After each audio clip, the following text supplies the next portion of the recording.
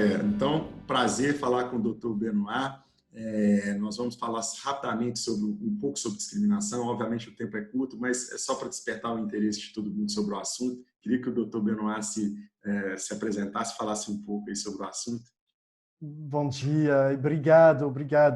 Eu sou Benoit, eu sou psicanalista, eu sou francês, mas estou trabalhando aqui no Brasil, faz já quase 3 anos agora. Então, é uma questão, um assunto muito interessante, muito complexo. O que eu vou fazer é só colocar alguns pontos acima, espontaneamente, o que vem na minha cabeça a partir disso.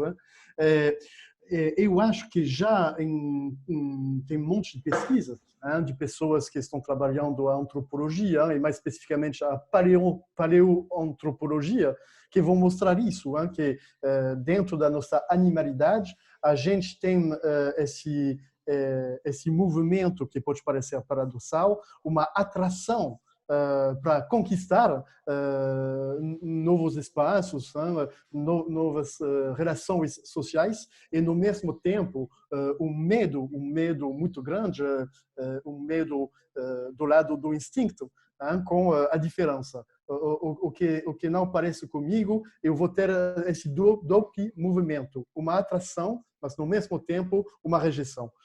E uma coisa muito esquisita, mas que é presente desde o início, na verdade, que a gente sabe da nossa humanidade. Tem um ponto que me parece importante, é essa questão da imitação. A imitação. A gente tem uma propensão muito grande com a questão da imitação. E o que vai provocar a possibilidade de uma imitação é quando o outro parece comigo.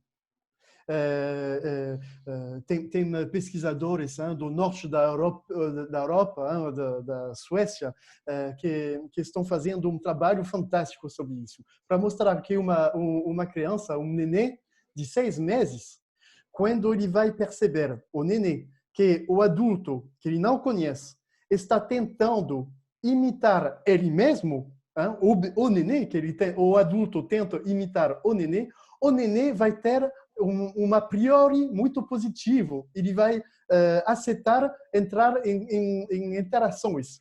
Se o adulto estrangeiro que ele não conhece não faz isso, o nenê a priori vai ter um medo, uma rejeição.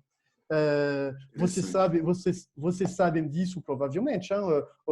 Tem um neurólogo italiano que se chama Ferrari, como carro. Ferrari, em 1990 ou 91, eu esqueci, ele vai descobrir uma coisa incrível, que é o neurônio espelho.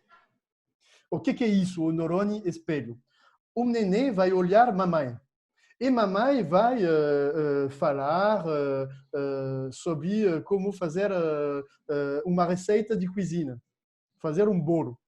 O nenê, ele não está fazendo o bolo ele mesmo, ele está ouvindo mamãe falando desse bolo. Ou provavelmente ele vai ver diretamente mamãe fazer esse bolo. O que esse Ferrari descobriu, esse negócio fantástico, é que para esse nenê, mesmo se ele mesmo não está fazendo o bolo, mas se ele está olhando mamãe fazendo o bolo, as conexões neuronais implicadas para fazer um bolo vão se ativar, vão se acordar, vão se fazer dentro do pequeno cérebro do nenê. Então, tudo isso para dizer que nós estamos desde o início da nossa vida, nessa coisa da imitação que significa uma coisa ligada com o mesmo, com o igual, com o parecido. Tem uma coisa, provavelmente, que você sabe, que se chama, o termo técnico-científico, é a pegada sexual positiva. O que é isso? Para os peixes, vários peixes e passarinhos, e a maior parte dos mamíferos, é o caso do ser humano, nós vamos ter a propensão inconsciente de querer se reproduzir com um outro ser, mas que está parecido com nossos pais. Então, eu sou um homem, eu sou heterossexual, então eu vou ter uma propensão de querer me reproduzir com uma mulher que está parecida com minha mãe. E por que parecida isso? com, parecida com minha mãe, ou mais precisamente, com a pessoa que tinha essa função maternal. E o mesmo caso para uma mulher, com o papai, ou seja, com o homem que vai ter uma função paternal. Então, com os animais, a gente sabe disso. Por exemplo, uma mãe cabra que vai cuidar de um filhote de ovelha, coisa que acontece algumas vezes. Então, esse filhote ovelha, quando ele vai se tornar adulta, ele vai tentar se reproduzir com um cabra. Tem essa coisa. Então, isso mostra a nossa atração natural para a coisa parecida, a coisa com quem eu posso me identificar. A partir de quê? A partir da imitação. Interessante. Bom, Agora, posso fazer um questionamento, doutor? fique à vontade, por favor, claro. Em cima disso que o senhor está falando, me parece que as atitudes humanas, às vezes as pessoas não têm muita convicção ou certeza ou não percebem, parecem muito mais instintivas do que racionais, em muitas oportunidades. E as pessoas tendem a acreditar que elas dominam mais do que agem irracionalmente.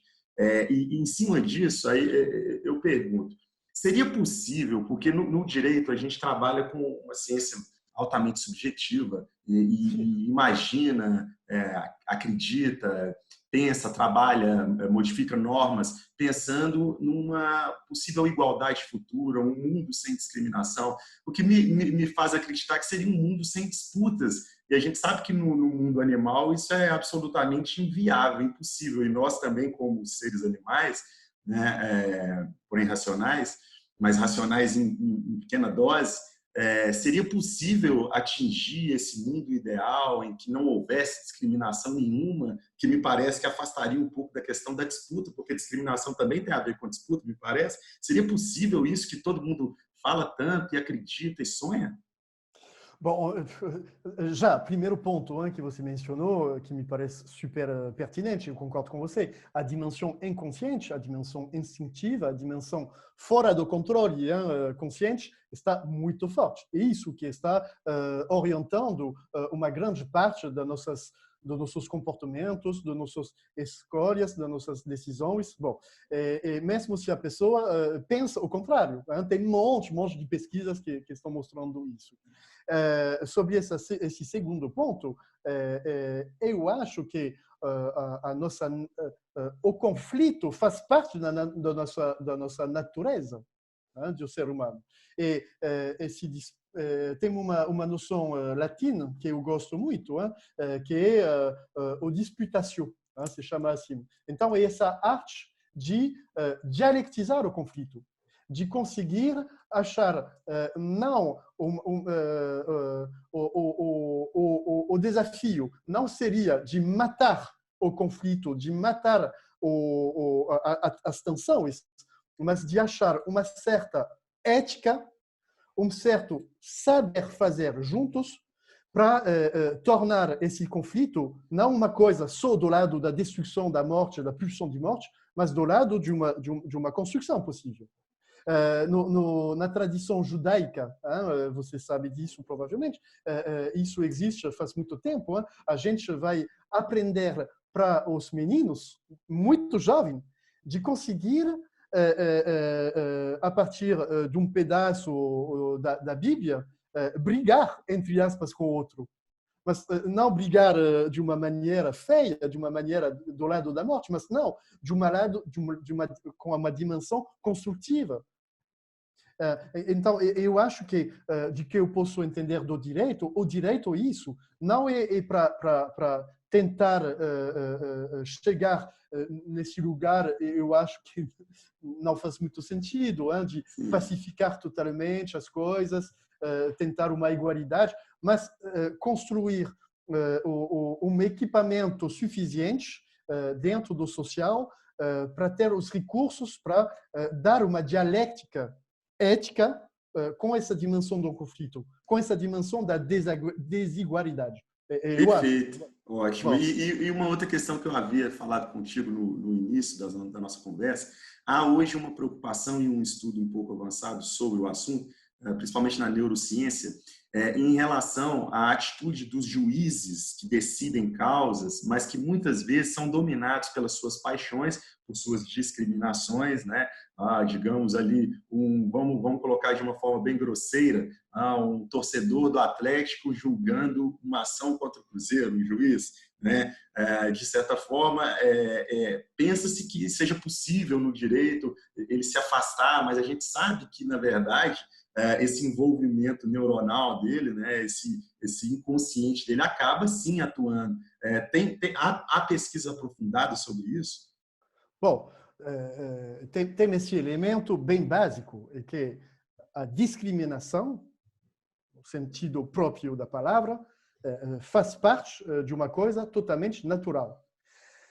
Imagina o avô do seu avô, do avô do avô do seu avô, do seu avô do seu avô, num momento bem próximo da natureza. Para ele, é uma questão de sobrevivência, de conseguir, até sem pipocar muito tempo, mas de uma maneira bem instintiva, automática, distinguir de uma maneira radical. É isso, a segregação, a discriminação. Então, eu vou precisar escalar uma árvore para comer frutas. Escalar uma árvore é perigoso. Eu posso cair, eu posso me machucar. Então, eu não vou correr o risco de experimentar, testar, escalar 50 árvores antes de ter os bons frutos. Então, já a partir de algumas referências, eu vou escolher essa árvore e não essa. A partir de quê? A partir de projeções, que podem ser, algumas vezes, desvios. A gente sabe disso. Neurologicamente, a gente está cheio de desvios. A gente vai nomear isso desvios. Então, tem um monte de coisas que vão provocar isso, que o nosso próprio mente vai mentir para nós mesmos. E uma coisa que a gente conhece muito bem, a discriminação, uma criança muito jovem sabe ver se nesse prato tem mais doces que nesse prato e vai escolher o prato com mais doces. Mas isso é muito simples. Mais uma vez, quando a gente estava nesse lugar muito animal, se você tem um leão atrás de você, é melhor saber se você vai aqui, porque aqui tem mais árvores para se esconder, ou aqui, onde não tem muitas árvores, e o leão vai ter mais facilidade para te pegar. Perfeito, então, doutor. Bom, tem essas noções bem profundamente... Perfeito. Só para encerrar, eu queria te fazer uma última questão, correlacionando com esse momento que nós estamos vivendo, de pandemia, de Covid-19. Há várias percepções sobre o assunto, opiniões divergentes. Algumas questões parecem claras e indiscutíveis, que provavelmente a taxa de desemprego que deve aumentar em resultado desta pandemia, né? E as tensões, porque muita gente está sendo jogada para o mercado informal. Uber, muita gente trabalhando como Uber, como mototáxi, algumas pessoas estão perdendo o emprego e estão tendo que se reinventar na iniciativa privada, abrindo algum negócio, trabalhando como ambulante, ou seja lá, qualquer outra forma que a pessoa trabalhe sem uma carteira assinada. Me parece que o mercado ele tende a se tornar um pouco mais competitivo do que o normal e com muitas pessoas disputando na base, subempregos, né? E, além do mais, de certa forma, todo o prejuízo mental que essa pandemia vai gerar também, né? Consequências mentais que muito provavelmente serão profundas. Deve estar havendo uma taxa de suicídio maior do que o normal nesse período, não é divulgado, né? Então, eu pergunto, considerando aí essa questão trabalhista de alta taxa de desemprego, considerando essas questões das disputas na base, com pessoas mais humildes, né? Pergunto ao senhor, Haverá entre eles uma guerra, há uma discussão sobre sentimento de disputa alavancando tensões, ou é possível que a gente consiga galgar um caminho mais tranquilo, mais suave pós-pandemia? Qual que é o cenário que o senhor vislumbra? Bom, é uma pergunta bem interessante. Primeiramente, você tem totalmente razão. Eu estou acompanhando, eu sou psicanalista, eu tenho pacientes daqui do Brasil, mas de vários lugares do mundo também, estou trabalhando online, e estou acompanhando muitos psicanalistas num trabalho de supervisão, de controle. Então, com o narrativo desses colegas, de pessoas de vários continentes, eu tenho uma visão dos efeitos dramáticos dessa crise que a gente está vivendo sobre as subjetividades. Nós estamos vivendo um tempo de crise. E uma crise, você sabe provavelmente disso, a etimologia, claro, significa o ponto mais forte de uma doença, mas etimologicamente falando, essa palavra significa o momento da escolha. Então, é um momento para fazer escolhas sob um plano pessoal e também coletivo.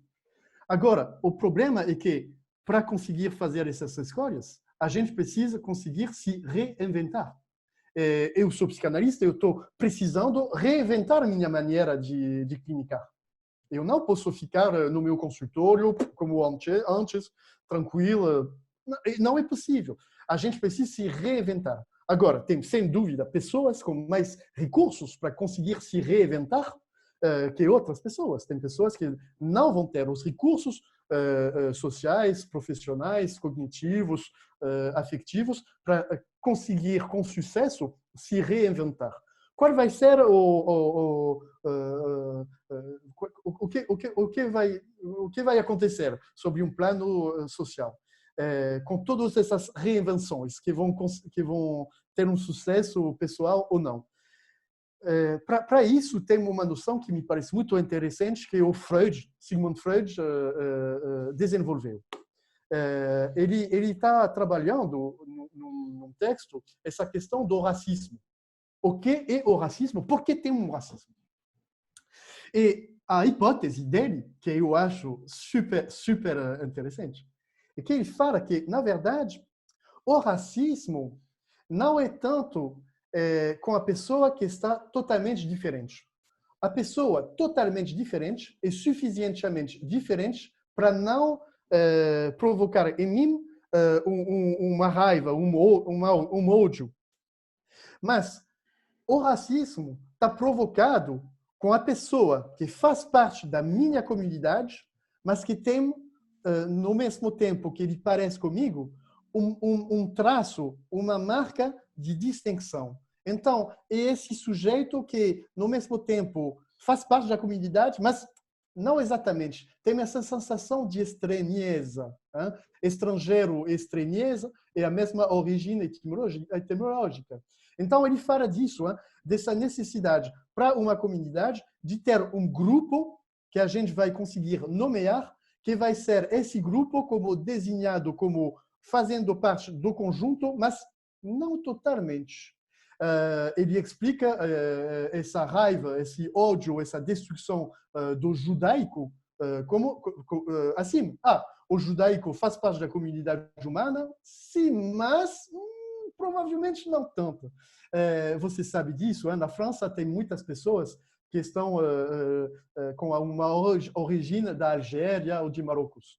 E Jean-Marie Le Pen, o pai de Marine Le Pen, que era um político de extrema direita, muito racista, ele falou isso. As pessoas da Algéria, eu não tenho nenhum problema com eles, mas se eles estão ficando no país deles, eu tenho um problema com eles se eles estão dentro da minha comunidade. A gente tem essa propensão. Então, com essa crise, provavelmente vai ter uma reorganização do discurso para dizer quem está fazendo parte da comunidade, quem está fazendo parte de fora da comunidade e quem vai ocupar esse papel de fazer parte dessa comunidade, mas com essa posição de estranheza. E isso, a facilidade do discurso político, e provavelmente isso está acontecendo hoje em dia, com a política assustadora do país, do Brasil, de desenhar esse grupo como o grupo que a gente precisa destruir para conseguir gozar tranquilamente. Verdade. Doutor, assim, o papo é maravilhoso. O senhor tem uma locução maravilhosa, embora francês, né, com um português impecável. Seria interessante a gente alongar, mas infelizmente a gente é curto tempo.